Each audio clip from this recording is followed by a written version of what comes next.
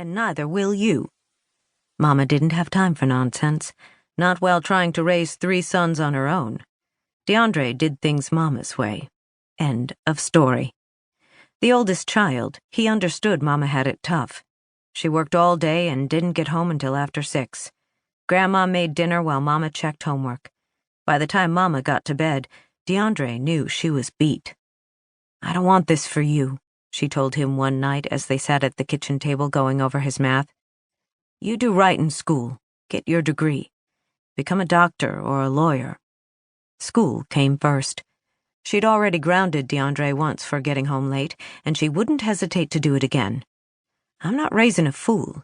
You got a 1 in a million chance to play professional basketball, but you can do anything if you study and work hard in school." He wasn't like some of the fools at his school, bringing home C's and D's.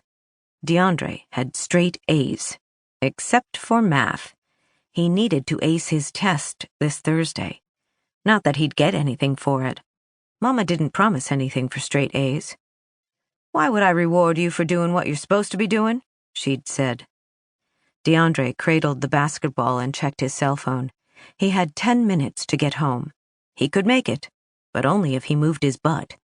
He slid on his Beats headphones, listening to Lil Wayne, whose music Mama forbade in the house. She called Lil Wayne a tatted-up fillin' fool, which DeAndre actually found funny. He pulled the hood of his sweatshirt over his headphones and started jogging, each breath marking the air in a white burst. It felt cold enough to snow, though he'd never seen snow in Seattle.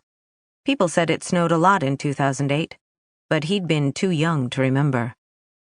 He glanced up at the sky, not really sure what he was expecting to see. The clouds looked like cotton balls against an ink-black sky, the edges tinted silver from the light of a full moon. DeAndre hurried down Rainier Avenue with the lyrics of "The Block is Hot" busting in his ears. In his mind, he juked a would-be defender and changed direction, heading west on Henderson. That was DeAndre's best skill, changing direction without losing speed. He learned that from Terrell, and Terrell was going to the UW, at least for a year, before he turned pro. DeAndre wouldn't be going pro after just 1 year in college. He'd get his degree. "Don't give me that nonsense about going pro," Mama would say. "You tear up your knee, then what are you gonna do?" DeAndre booked it on Henderson, picking up his pace to Lil Wayne's lyrics. He'd crossed Renton Avenue, cut over the Chief South Trail, hopped the back fence, and pushed through the kitchen door with minutes to spare. Mama would give him that look, just to let him know she had him on the clock. Then she'd heat up a plate of spaghetti and sit down, and they'd talk while he ate. He liked those moments, when his brothers were in bed, and it was just him and Mama at the table. "Someday I'm going to buy you a big house," he'd tell her. "Big enough that you'll need one of those scooters to get around." "Why would I need a house like that? It's hard enough to keep this one clean." "I'm going to get you a maid, too." She'd smile. "You buy yourself a big house. Then you and Grandma can come live with me." "Your wife might have something to say about that." "Who's she?" he'd say, and break out in a smile.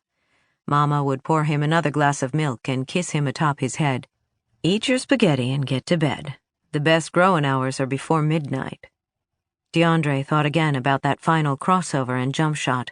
Marvin had been talking smack all night, trying to get under DeAndre's skin, trying to make him lose his cool. It was just smack, and it didn't bother DeAndre none. Mama once told him, "You lose your cool on a basketball court, and I'll walk down from the stands and pull you from the game right then and there." DeAndre hurried to the corner and crossed 46th Avenue South, getting close to home. It had been so sweet, his crossover.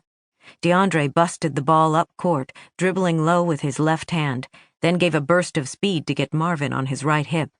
Nearing the three-point line, he dipped his shoulder like he intended to drive to the basket. Marvin bit and also dropped low. When he did, DeAndre planted his left foot hard. Marvin couldn't stop.